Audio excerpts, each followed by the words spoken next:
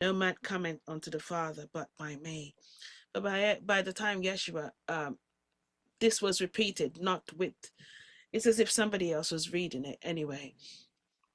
By the time this was read, there are imprints of the intentions of this text and the way it's been predicted that is a little bit convoluted, and I kind of got a chance to not see but feel the clarity into this, and it's a mirror of ourselves. Yeshua is talking about walking the same footprints that he walked, and this is in essence a beautiful being.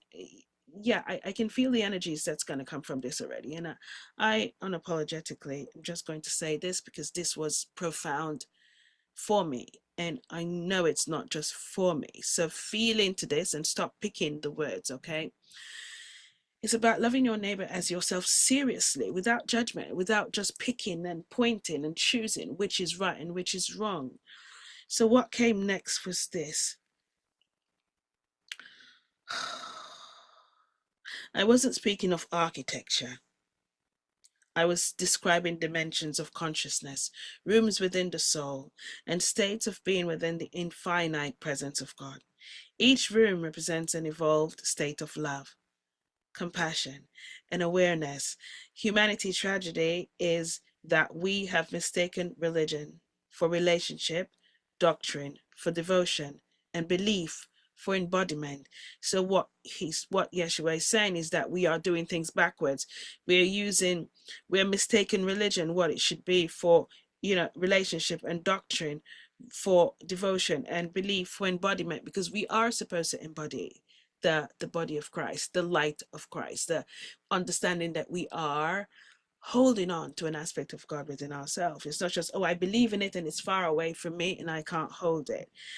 He went on to say, while the world suffers not from lack of medicine or money, but from lack of spiritual maturity, you keep fighting over which denomination holds the key, forgetting that the door was never locked.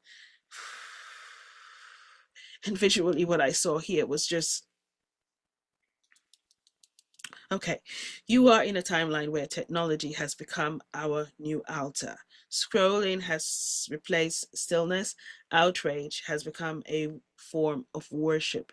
And God's name is often used more to divide than to unite. Masculine is revered and feminine energy remains accepted to be weak. This too is a pandemic, not of flesh, but of spirit amnesia.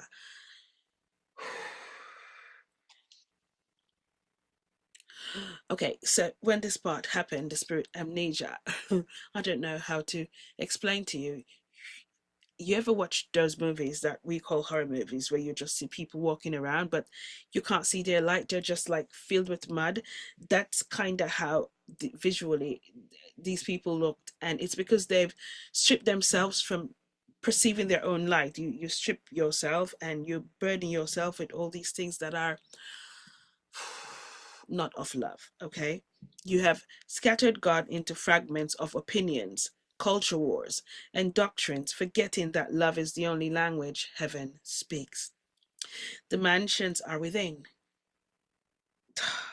Every every heart is a room in God's infinite house. When you cleanse judgment and ego, you find yourselves closer to the central light. Oh my gosh. Now, by the time I got to this part, I want you to visualize everyone that you will see, every single living thing. I want you to visualize them with this beautiful orb-like light all the way here. Beautiful orb-like light, almost taking up more than half of your physical body. And this is what Yeshua was talking about when he said closer to the central light, which means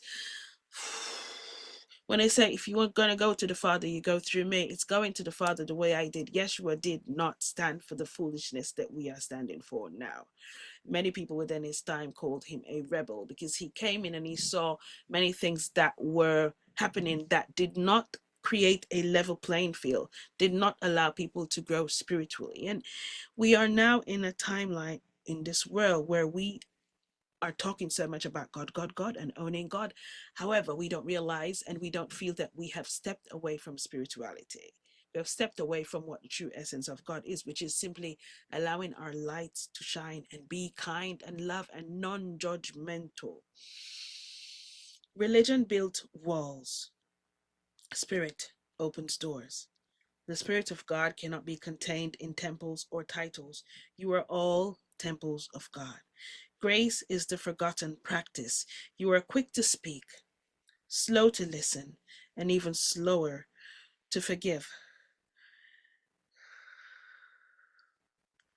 And visually, at this point, there was just these flashes of probability of so many uprisings across this universal body of this earth. It was like there were cancer sores just popping up all over the place, and people were just so indecisive and just divided by the stupidest things you can think of, just not understanding. Oh my gosh, let me pause for a minute and feel and choose how I react to this news, this situation, this whatever that just happened, this, you know, whatever they just passed, whatever bill, whatever it is. And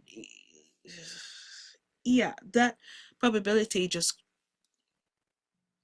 energetically, if you could feel how the things that you react to, because it triggers you, because, you know, we're talking about money. So let's go on to that part.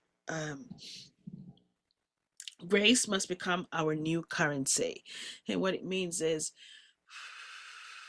so many people now are being guided, and you are, I'm sorry,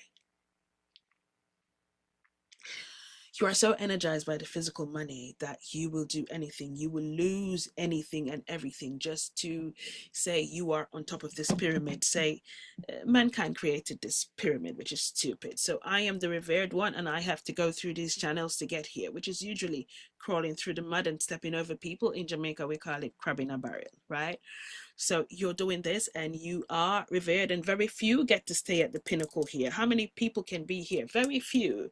And that's why they say in this world is only 2%, which is absolutely ridiculous, but okay. They created it and you accepted it. So this is what it is. And what you're saying is grace must become our new currency, because how can there be a level playing field if what you're building is a pyramid? You don't need to choose that. And he goes on to say, scrolling has become our prayer.